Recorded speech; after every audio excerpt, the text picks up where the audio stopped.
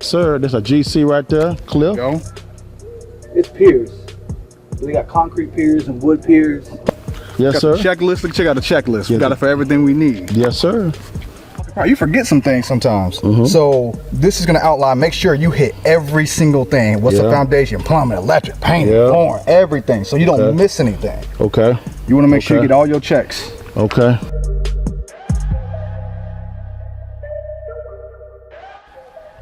Y'all want to introduce you guys to Cliff Hunter. Cliff is a world-renowned flipper. He actually flips. He's also a GC as well. He's a good contractor. When it comes to all of our renovations, all over the nation, you'll talk to this guy right here.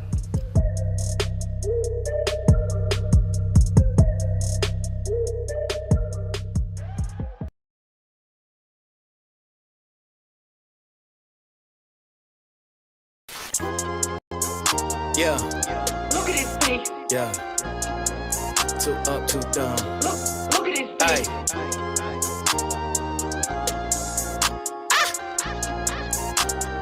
Got yeah. money. Yeah, I wanted the crown and to be celebrated. I rented a tux and I ordered a mink. Stood in the mirror like mama, I made it. Proceeded to brushing the teeth in the sink. Caught me a grill and I'm so melanated. I polished the chain, I ain't gold in the link. And I got me a baby who gave me some babies. I'm raising a lady and building a king. Too cold, you too busy running with another man lane, I guess. Yeah, too bold. I be running on the one way, never change my set. Like, I don't ever use my signals. Yeah, I be in the lane myself. Yeah, I don't gotta change my mental. Yeah, and I ain't gotta chase my wealth. And I accept my daddy got a kingdom, and everything I ever got is his. If I ever got a problem, I'ma seek him. I never doubt him. Been about his biz, oh man. Been there. I ain't gotta ride on the wave when the ocean is his. Close with the kid with a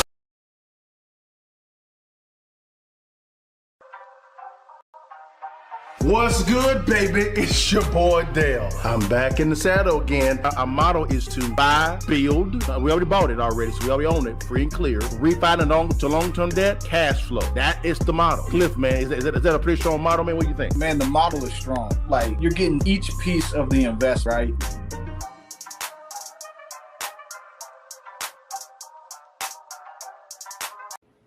What it do, y'all? It's your partner Cliff and Dale back in the saddle again for another edition of the Investors Edge, formerly known as the Real Estate Friday Live. Guys, man, this has been a good week, but a busy week. Cliff, how you doing, big time? Doing not be dog? Yeah, doing good, man. Yeah, it's been a good week. Did Staying we busy. Did we get the bag? Did we get the bag, man? We got the bag. We got the bag. We got the bag this week. It was good. Yeah, the bag. We got the bag, y'all. We got the bag for real, guys. We got a topic and a half for y'all today, guys. We got to get in and get out, man. I had to go to a meeting that I have to get to, guys. So, man, chime in, guys. If you're on TikTok or anywhere, share if you good, guys. Like, share, and subscribe, guys. Please do that for us because they help us out with the algorithm. If there's any type of bell there, guys, click on that bell. We come live. You get to click with us if you don't mind, guys. So, like and share. This is going to be a good topic today, guys. We're talking about a couple things. Number one, guys, talking about the new Fed chairman and his rates. Looking at, hey, could this be a rate cut coming? Right? A rate cut coming real fast. Number two, got to make the a little bit. Number two, guys, real quickly. I like that better. Number two, guys. Man, New York City freezes the rich, y'all. They did it, baby. Yes, Lord. What's up, I see Alonzo? What's up, baby? Number three, man. Hey, and they passed the housing bill concerning corporations and homes, guys. And we're gonna talk about why I believe that the rates will probably go up, and it's dealing with across the seas things, right?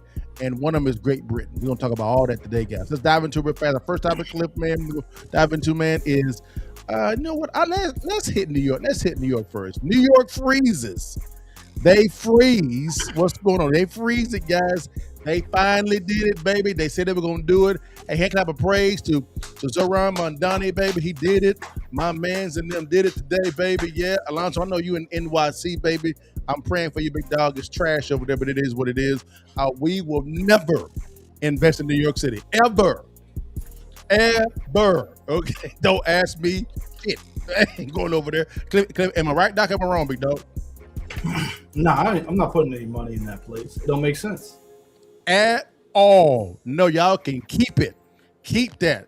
We're going to dive into what's going on, guys. Let's bring in the illustrious man, Zoran Mondani, and the socialist crew. Let's bring them in, guys, and see what's going on, y'all, real fast. They did it, man. I had to laugh of praise. Hey, promises kept. Promises kept, y'all. We love this. This dude is amazing, man. Here we go, guys. I'm loving this because I'm gonna let you know. We're gonna let you know why we love this in a second, guys. But let me make it bigger for the folk in the back row. Let's put it over here, Cliff. Here we go. No, you know what? I'm gonna make it big. I want everybody to see how dumb this is real fast, y'all.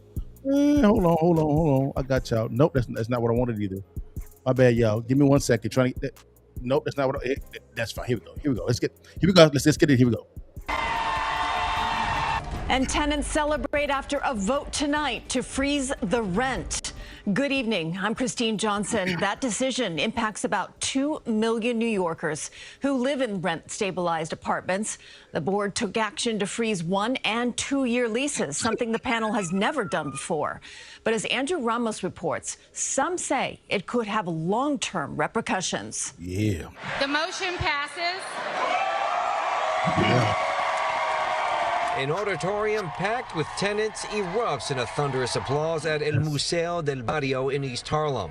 Following a historic vote to freeze rent for nearly 1 million rent-stabilized apartments, the city's Rent Guidelines Board delivered the 7-1 vote Thursday night, which will grant a rent freeze for 1 year and 2-year leases. Tenants say it's a game changer in the fight to keep New York affordable. Oh my goodness, I'm ecstatic. I'm literally walking on cloud 9 right now. I'm so proud of people my age and young people getting together and forming coalitions. Because when we do that, we can make an impact. The final vote, which came after more than a dozen public hearings and multiple data reports, was a punch in the gut for property owners who say they are already struggling to maintain their buildings. We'll have to lay off some of the supers. Only choice. It's a business. People don't get it. Housing has costs, and this has become a political game. Mayor Mamdani, who made freezing rent a centerpiece of his mayoral campaign, now fulfills a campaign promise. In a statement, the mayor said in part, "This is the relief that working people across our city deserve." Thursday's vote came amid some controversy where Christina Smith, a member of the city's Rent Guidelines Board, who represented landlords, resigned from her post. She suggested that the vote's outcome was already decided by the board, where 6 of the 9 members were appointed by Mayor Mamdani. But the mayor insists the RGB is independent. While the vote may be popular with tenants, experts say the long-term impact may cause more problems than solve them. We have a housing crisis, not just a rent crisis, but we're going to have a housing supply crisis as well. And that may only get worse if we don't find ways to keep these buildings standing and operating in a decent condition. Now, the leases that will be impacted by tonight's decision will begin after October 1st, 2026 and before September 30th, 2027. Wow. Reporting in East Harlem. So, Cliff, Zoran Mondani, he did it, Cliff. My man's in them did it today, baby. Yes, he did. My man's in them did it. Promises made, promises kept. Big dog, man. I got to shout out to my man, Mayor Mondani. It don't affect me at all because we in Texas. Sucks for you if you're in New York City, but not for us. Cliff, what's going on, baby? What you think about what's going on with this rent freeze, big dog? I mean, it doesn't work. It's not much more to say than that. What he's doing is, it's great because people think that it's benefiting them, but it's not. And we have many examples of showing how it doesn't work. So I just looked it up real quick to see what's going to end up happening. There's less investment in the older buildings because those buildings are going to require you to have to raise rent pretty substantially. You know, that first year is just trying to get people in the building, and then you raise it after that in order to grow the value. Yeah. You're going to have more owners looking to sell their property. You're going to have less willing for people to actually buy the properties. So you're going to have less sales, less taxes, less coming in. And then what's going to end up happening is, as soon as the rent freeze is over, the rent is going to jump. You're going to see faster rising. So immediately, anything that's not rent stabilized, rent's going to go up. And then for these properties that are freezing right now, you don't think in 3 years it's just going to double when it becomes to the market value. So he's hurting New York more, he's helping. Yep, yeah, y'all. I'm gonna get my take in a second, but Cliff, let's bring in a landlord, the active person. We saw a little bit snippets of him in the thing. We didn't give them a big voice. Let's bring in a landlord, y'all, in New York City, praying for him. You know, I hope get out, okay, get out. Let's see what he says real fast, y'all. Again, I'll get details. Let's see what he says real fast. Oh, that's not what I wanted. Let's see what he says, Cliff. Let's see what's going on. Here we go. In a major victory for Mayor Mamdani, the Rent Guidelines Board approves a rent freeze for nearly 1 million rent-stabilized units. Yeah. But landlords call the process a farce, telling Christina Fan renters will ultimately pay the price. This is just cosplaying fairness. This isn't real fairness. Jan Lee, whose family has owned this Chinatown building for nearly a century, is crying foul, accusing the Rent Guidelines Board of freezing rent, despite mounds of data he says shows rising costs for landlords. They're not even hiding the bias anymore. The mayor had campaigned on a rent freeze. He appoints 75% of the board, and now he's got his hand on the scale. Just hours before Thursday's meeting, drama unfolded when Christina Smith, a member of the board who represented landlords, resigned from her post, accusing the process of being broken and unjust. But it did little to sway the result, as the Rent Guidelines Board voted 7-1 in an historic first to approve a 0% increase on both 1- and 2-year leases. Renters say the measure was necessary as they struggle to combat inflation and cuts to social services. It's going to do so much to really affect my life in a good way. I feel very good because in New York, that's one of the biggest problems that we have. You know, rent is high and we really needed it stabilized. Mayor Mamdani, who campaigned on freezing the rent, insisted the board's decision would be fair and impartial. He responded to the outcome saying in part, "This is the relief that working people across our city deserve." But Lee says it's renters who the freeze will ultimately hurt. If we keep eroding one side of the equation, something's got to give, and the people in those buildings are going to suffer. So there has to be some kind of fairness and recognition of the math. The freeze will impact more than 2 million rent-stabilized tenants throughout the city and will affect leases that begin after October 1st of this year. From the Upper West. Okay, yeah. That is, again, Mayor Mamdani, he's loving what's going on, y'all. Here are my thoughts on this. Okay, guys, here is the true play here. Come on in real fast. Let's walk through this. Cliff, let me know if I'm off a base, okay? Yeah, I got you. He freezes the rents, right? Freezes the rents. When he freezes the rents, what happens is, let's just say the rent is the rental comp, so let's say it's $1,000, right? So that's the rental comps. The payment that the landlord has to pay to his debt service is $800 a month. So you make $200 a month cash flow. Madonna comes and says, "No, you cannot charge $1,000. You're going to charge $700."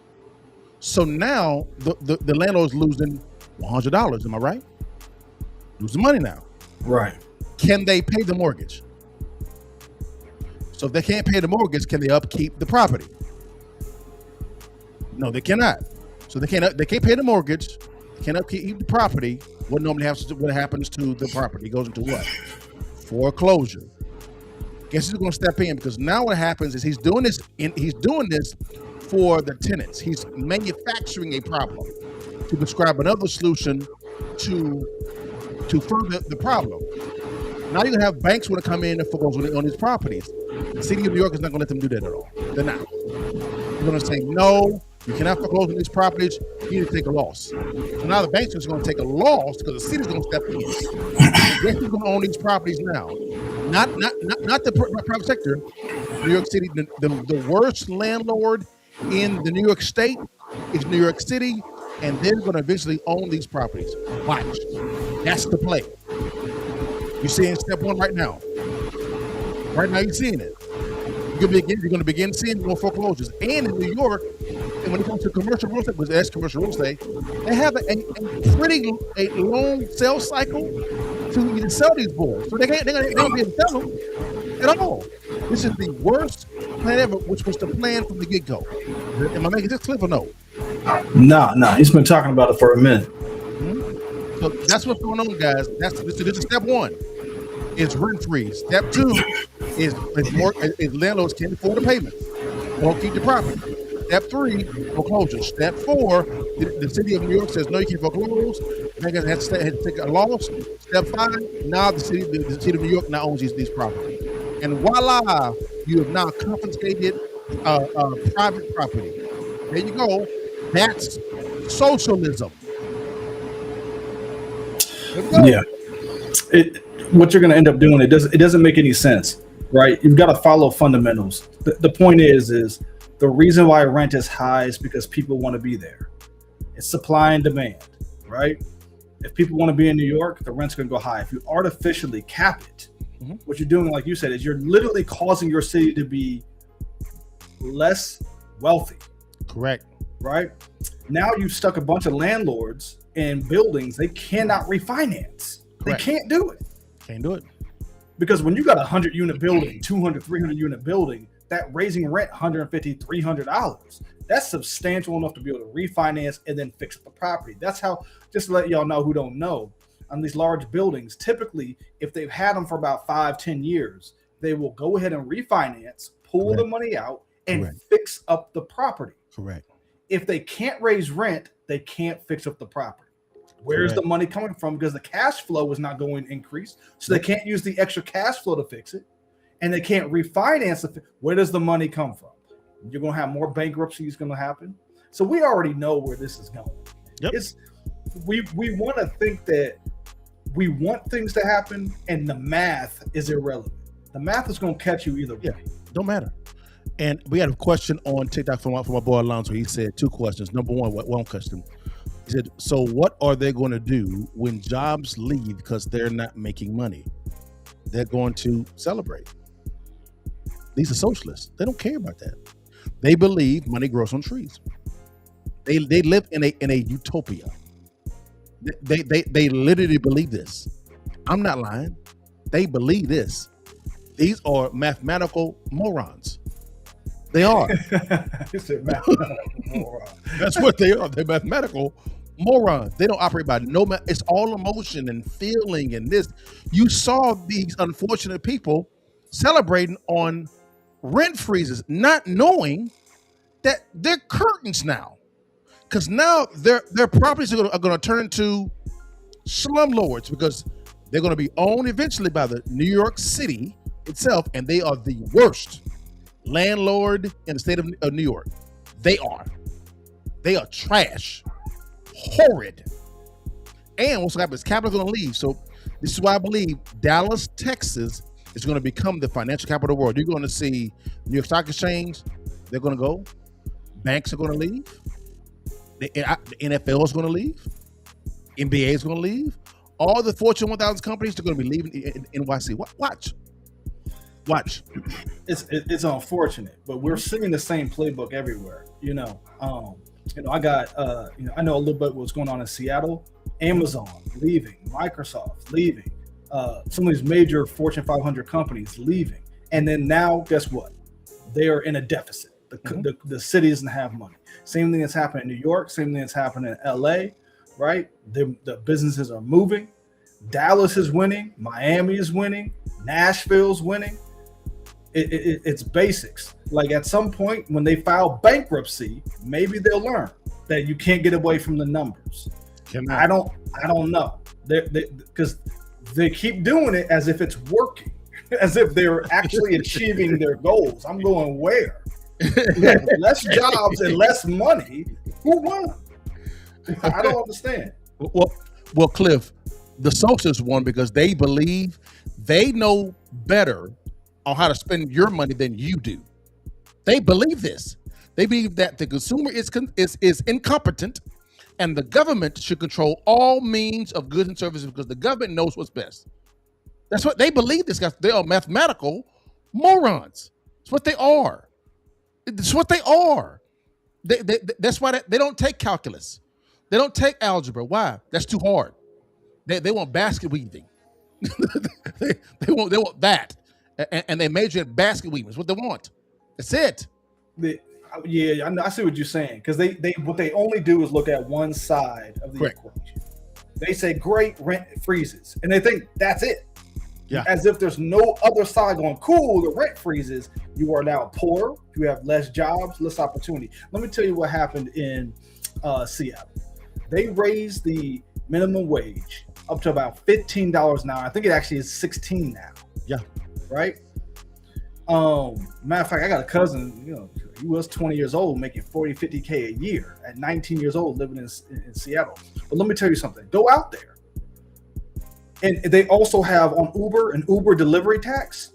I ordered one McDonald's, $60. What? 20. They charge the city tried to charge Uber a tax. Right? So they tried to tax Uber. What do you think Uber did, Dale? What do you think they did? They passed it along. So now to order Uber is a minimum $20 charge. Yeah. That's just a fee. Damn. That does not count Uber's fee. That doesn't count the delivery fee. Damn. So for me to get food, $60 is a minimum. Right? Jeez. So, and guess what happens out there? The average property out there is like 1.5.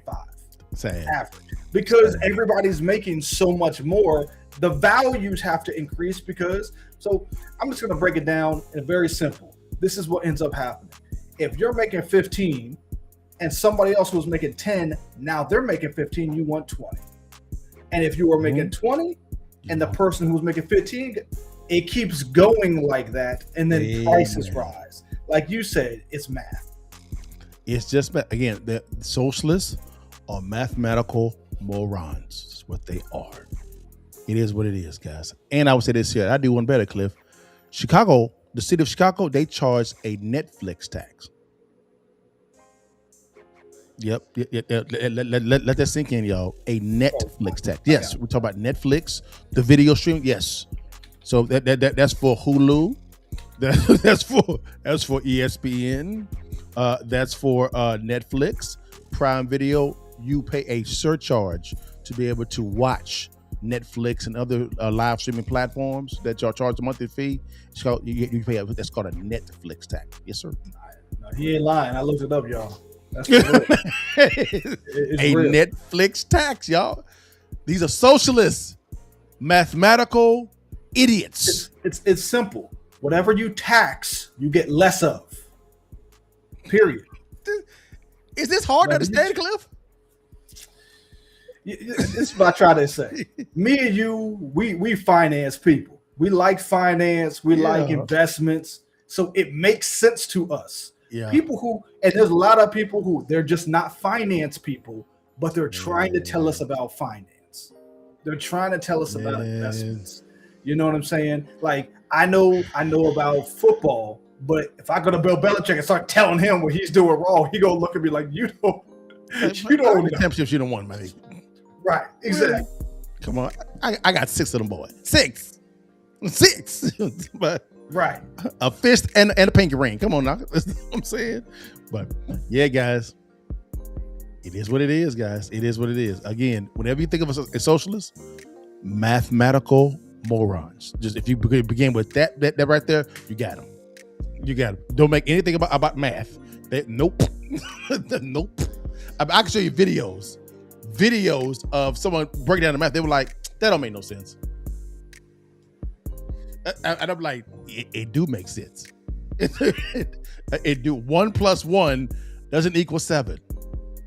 It equals 2. 2.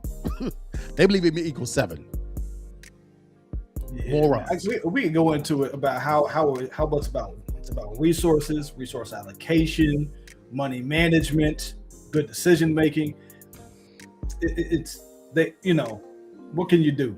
The cities, this is what the people vote for. This is what you're gonna get. Chicago, right. You voted for who you voted for, and now you don't have the Bears.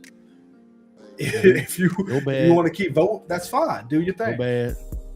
All right, guys, go to the next one real fast, guys. Hey, we're gonna talk about the inflation rate, guys. Right? Is it going to be cut or fall? Are they going to be hike up or rise? Or are they going to stay higher for longer?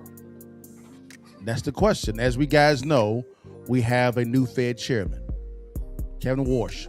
He came out and gave his first inclination of it, and what he had said, he said that he wanted to the rates are going to remain the same.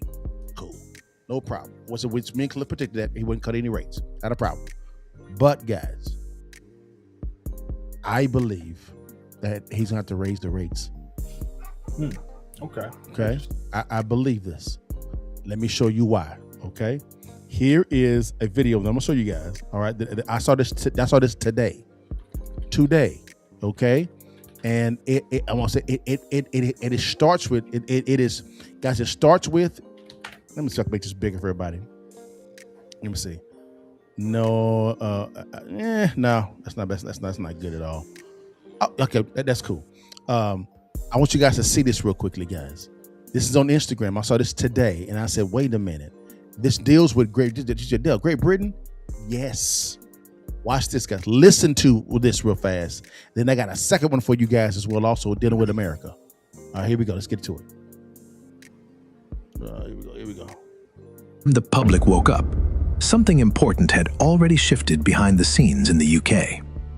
The British government didn't just lose an election last night, it completely broke apart. In a stunning 6 a.m. broadcast outside Downing Street, Prime Minister Keir Starmer officially resigned, plunging the United Kingdom into its deepest constitutional crisis of the decade. The mainstream media is blaming local election fatigue, but deep state intelligence trackers reveal something far more sinister.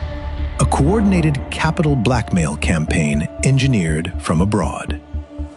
Why did the leader of a nuclear-armed Western power suddenly surrender his office without warning? And who is really pulling the levers in London today? The timing is entirely calculated. Behind closed doors, international sovereign risk reports indicate that the British economy was hit with a silent, devastating run on its bond market over the past 48 hours. While the public was looking at ballot boxes, elite institutional investors were aggressively shorting the pound, manufacturing an artificial credit freeze that forced the government's hand. But if this was just a political setback, why did the head of the Bank of England quietly request an emergency liquidity injection from the Federal Reserve at 3 a.m.? The strategy is a textbook managed demolition. Foreign adversary syndicates aren't looking to deploy military hardware against London. They are using algorithmic economic warfare. By targeting a politically fragile administration and amplifying local panic, they forced a total leadership vacuum. This allows predatory financial syndicates to sweep in during the transition, buying up critical British infrastructure and energy grid assets for literal pennies on the dollar, while the public argues over who the next prime minister will be. With Downing Street empty and the currency swinging wildly on the charts, which Western country do you think they are going to destabilize next? Cliff, what you think, Doc? What you think, Big Dog? Man, I'm looking up the pound dollar. I don't see where he's saying. It looks like it's been in a range since about January. Okay. And it's actually up from a prior low of 22. So I'm not seeing a major difference in what the pound is doing. Now the bonds may be moving a little bit, but I'm not seeing a huge change here. Well, now here's the thing about it. Why don't you see a huge change? Because it said in the video at 3 a.m. they asked for a capital infusion into the pound. So what you may be seeing is that capital infusing saving the pound. Does that make sense? Yeah. So interesting. You may be right, but what I'm saying is the question they asked was, what Western country could they be coming after next? Here's my assumption: America. The reason why is you're seeing the rise of the socialists. Right now, I have that there, guys. let me bring in the video about America now. All right, this is one about America real fast, guys, and then me and Clifford, we will respond to this one as well. Okay, let's get to this one really quick. Let me get to this one right there. Okay, here we go. Here's one with America. Here we go. Hold on. Oh, stop. Come on. There we go. Again, and it's making billions of dollars in global debt more expensive overnight. Why are some countries suddenly struggling to repay loans they already borrowed? Many governments and companies borrowed in US dollars when money was cheap. But as the dollar rises, those same debts become harder to repay in local currencies. Could a stronger dollar trigger the next global debt crisis? History shows that major dollar rallies often expose the weakest economies first, forcing painful spending cuts and emergency interventions. The debt hasn't changed, the currency has, and that may be enough. The US dollar is rising again. So Cliff, what do you think about that one, big dog? Yeah, it's possible. So the US dollar getting stronger, but that's with interest rates. So interest rates rise, the dollar gets stronger, and subsequently you have other currencies that are probably just going to get weaker because the dollar is stronger and their currencies just can't keep up. So that makes sense. Ultimately, everybody's broke. Yes. All the countries are broke. So I'll give you an example here. Like you're talking about England. Did you know England is now broker, has less money, has less wealth than every state in America? Correct. It is poorer than Mississippi, Alabama, Arkansas. We don't even, if England was up for sale, we wouldn't buy it. I disagree. London is worth something. Yes. But England they're heading in the wrong direction. So it's the same thing that happened with Greece. Greece went bankrupt. Germany had to come in and save them, right? By telling them based about fiscal discipline. Correct. That to change some of their laws. So now I think ultimately he's right. There's probably some weakness in the market. I think the weakness is in the governments right now. We're going to keep seeing stronger and stronger inflation, I think. You're correct. Do not be surprised, guys, if and one of my partners told me this back in the day. Could this be a play for the U.S. because Great Britain is struggling financially, for the U.S. to infuse them with capital and force them to pay them back with interest, which would be a way for them to print money here and send those inflated dollars across the seas? Oh yeah, we're definitely doing that. That's in the playbook. It's in the playbook, guys. That's what's going on right there. And then this is the reason why I'm saying that Great Britain and their issue, and then of course, and which is their bond issue, their bonds are very weak. And then when it comes to the U.S., right, when the dollar's getting stronger, which is not a good thing, right, in this type of economy, because it's making it harder for countries to pay back the debts, right? Now, if that is the case, I could see the U.S. printing more money to infuse capital into Great Britain, and then forcing them to write laws to where they pay us back before they pay themselves, right? Which is a great deal. But by doing this, I believe it's going to force the Fed to raise the rates, because the whole play here is to inflate the debt away. It's here. I believe this is here. Now they're going to try to keep it low as possible. Now here is a counter move. What Trump could do is say, forget it. Let's inflate the debt away and cut the rates to down 2 points. He could do that, and he could use that cryptocurrency Genius Act thing itself as a way to buy time. He could do that. He could. Would it be smart? No. Would not be smart, in my opinion. I ain't the president. He the president. And he's made more money than I have. But all I'm saying is I'm seeing these moves as they're coming, and I'm like, yeah, there's some problems here. Am I making sense? I'm off base, big dog. No, I see what you're saying. ultimately we're gonna have to cut rates at some point. Our economy is stagnant. It hurts everybody, right? It hurts our allies because we're giving them money, but the money is going to be hard for them to pay back because our dollar is so strong. So we need a weaker dollar. The weaker dollar helps us as well, right? Because that lowers our interest rates so that our money can go a little bit further, and we get to print money. So then we also get to dilute the dollar so that we can pay back some of our debt. So I think we're trying to get to a lower interest rate world, but we can't do that with the inflation rate the way it is. I think currently the biggest part that's causing the inflation rate is doing the tariffs that had some kind of impact on it. And then obviously the Iran war with the oil. Those two, I think, are going to diminish over time. And then we're going to try to get to a place where we're going to start lowering interest rates. But until then, we got a lot of other issues to deal with. I think we're staying flat. You think we're going to raise interest rates? I think there's a possibility to do both. The first one, he said, okay, let's remain flat. Cool. That's fine. That makes sense. He needs more data himself. I think the second one, meeting in 6 weeks, it's going to remain flat again. Right. That third one is going to be right before the election. Trump's going to try to pressure him to cut the rates. He is. So you may see a rate cut right before the election, maybe a 1 point, maybe, but then that's going to force him to have to go back up real quickly. The only way it makes sense is if he times it right. If Great Britain needs capital and the U.S. can infuse some capital, right? He could time it right to where the money could actually be printed, send the money over there. We don't feel the inflation of dollars, and he cuts the rates.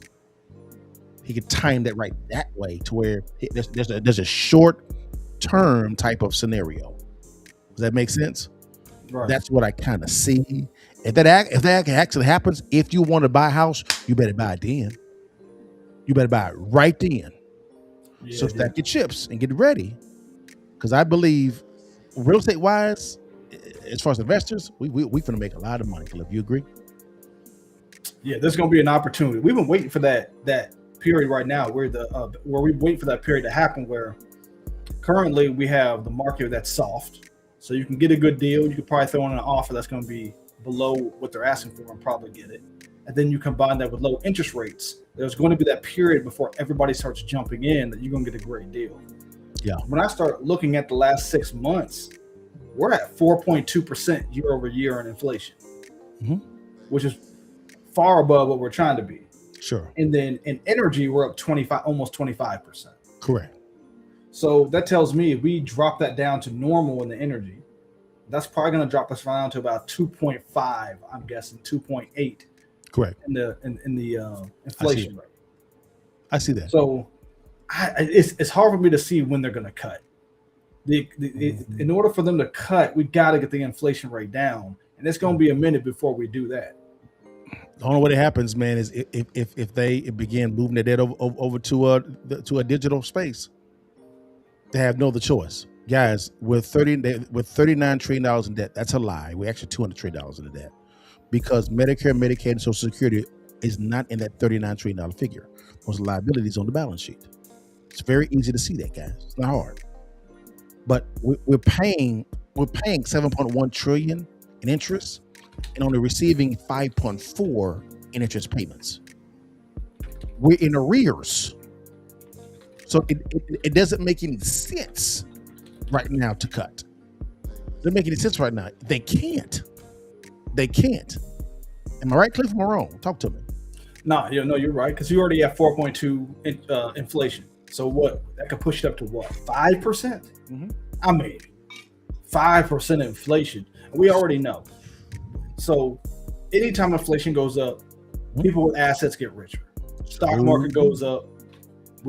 Everybody's profits go up. Who owns assets? Who ends up not working for us, people who are working and saving money. They don't make a lot of benefit from that. So I think we're stuck. We can't get the inflation down, so we can't cut. So interest rates are staying high. So now we have somewhat of a stagnant market. Correct.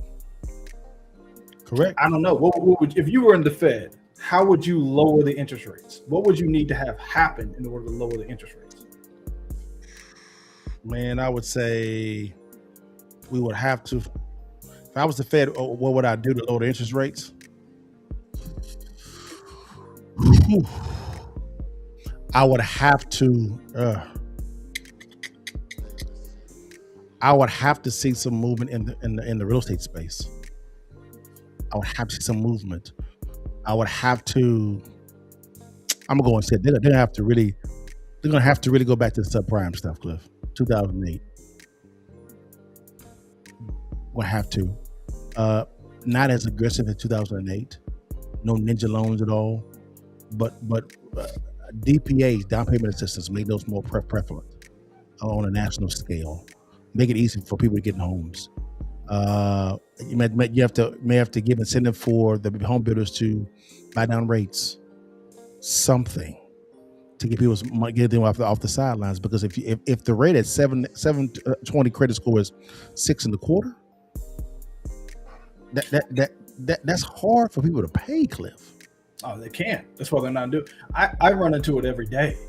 I'm telling you, most of the people I talk to, they want to move. There's transaction volume. I follow transaction volume and mortgage volume as part of my business. Mm-hmm. We're at all-time lows. Yes. All-time lows. Nobody is buying houses. We're in a depression. We've been in depression for about 4 years. Nobody, ever since they started raising interest rates, you could see how we raise interest rates and purchases go down. It's the same.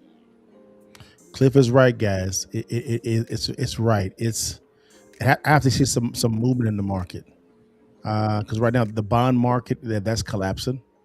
That's collapsing. I don't trust T-bills. Nope, I don't trust them at all.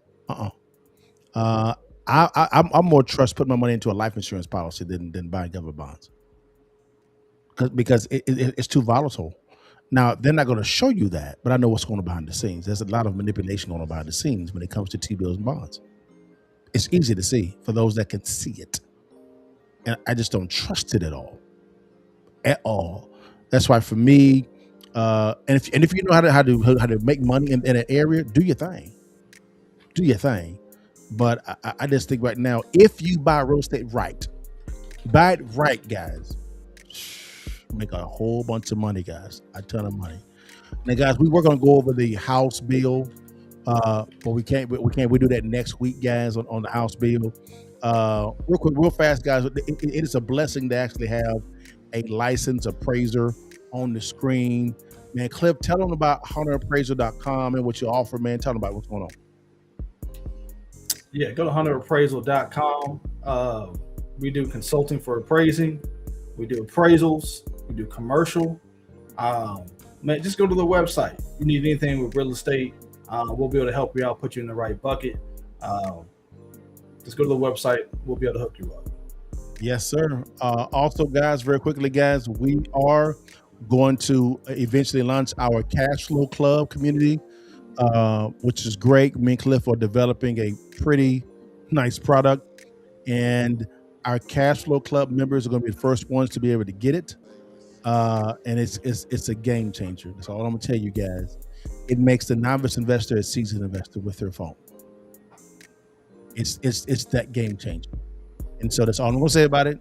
Right now we're in the development stage.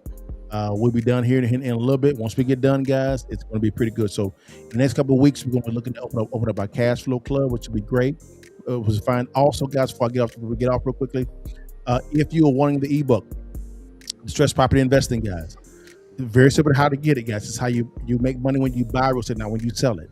How do you get that Distressed Property ebook? Very simple.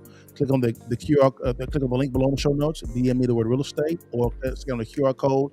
Take the little brief survey. It's right there, guys, and go download it. It is free. You make money real estate when you buy, not when you sell. Am I right, Cliff? Right. Make money when you buy, not when you sell. Well, guys, that's all I have for today, guys. Cliff, what do you say every time before we lock in? What do you say that we do? One deal away. All right, guys. God bless you guys. See you guys next week. All right, y'all. Peace. My whole thing is, one thing I hear a lot of the times when it comes to anybody in real estate is, I don't have the money or the credit or the time or the intellectual property. And I said, okay, no problem. I have the money, I have the credit, have the relationships, I'll teach you how to locate a good deal, right? Buy below wholesale. I love that. And once I teach you that, right, I'll bring me the deal. I help you underwrite the deal, which is fine. I'll even fund the transaction for you as well. So there's no excuses on the table at all. That's why we call that the cash flow club. Period. So what happens is people always ask me all the time, Dale, can you train me? Well, I don't have the time to do that. But what if I set up a platform for it to where you get on-demand training? Anytime you want to, because the training you may need may be after you get off work, early in the morning, during the day. You just log into your account and get the same training as if I'm sitting there one-on-one. We're talking about our attorneys, our general contractors, our appraisers, as well as me, talking about how to structure your business, how to put together what they call a power team. A power team is very important. How to put a deal together, right, and buy it at the right price point. How to market. That's one technique that people don't understand. That you can actually get a list of properties that from your city for free. Whoa. So walk me through that. Like, you can physically get buildings or homes or properties available for free? Yeah, I'll send you guys the bill in the mail. It's real simple. What you can do is you can actually call down to your city and ask for the violations division. What happens is you say, hey, I want to see what homes in our city actually have violations. What are violations? High grass, no paint, vacant. You have boards on there. Those are actually violations that the city or citation that the city has actually levied against that property. They'll give you that list for free. It may be a little bit of a fee, maybe $100. Sure. But it is what it is. Then what you do is you actually you can contact those sellers of those properties one-on-one. Wow, and that's how you make your money. That's one way. That's one way. If you'd like to learn how successful real estate investors make money when they acquire real estate and not when they sell it, click on the link below, swipe up, DM me the word real estate to download our free ebook, Distressed Property Investing. The blueprint is in the ebook. Stay blessed. I'll let your partner and download the ebook today.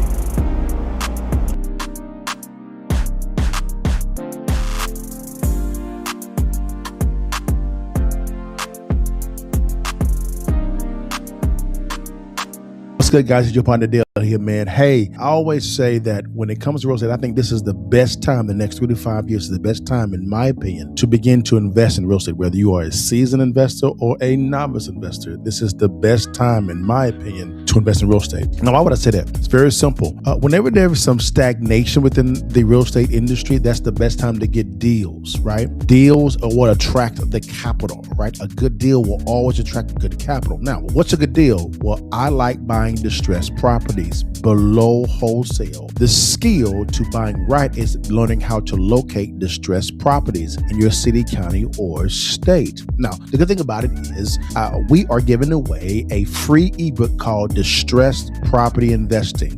We talk about different ways of locating distressed properties in your city, county, state, what to look for, who to call, things of that nature. It is free. Once you master this type of skill of locating distressed properties, you'll never be broke ever again, because good deals attract the right capital. All right, guys? So to get the free ebook, click on the link below, scan on the QR code here on the screen, or you can DM us the word real estate and my team will get you out this free ebook. Again, it's completely free. Just want to get you this information so you can begin to get the bag while buying real estate. Stay blessed and holla at your partner. Bless God, give thanks. Bless God, give thanks. Bless God, give thanks. Bless God, give thanks. Big God, big grace.